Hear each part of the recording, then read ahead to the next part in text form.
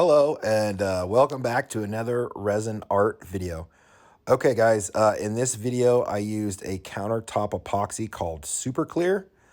I painted with it, did some resin art with it right here. This is on a 15-inch cradled board. The colors used are rich emerald and ultramarine wave. They are mixed together. And then later on in the video also, you'll see like where I dab some clear. That's just this ultramarine wave right here mixed stronger, and then I dab clear on it to kind of give it a little bit of a fade effect and bring the white out from underneath.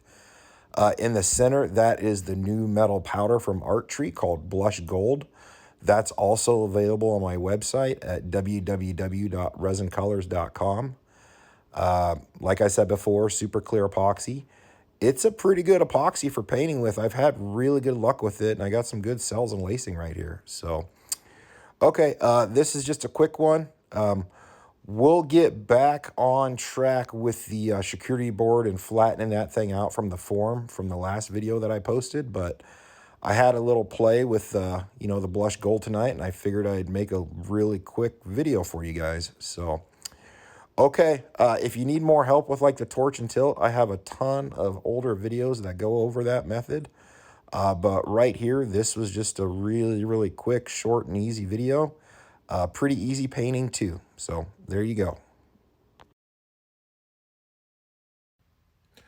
Okay, yeah, and the resin used also was super clear epoxy. They're out of Florida.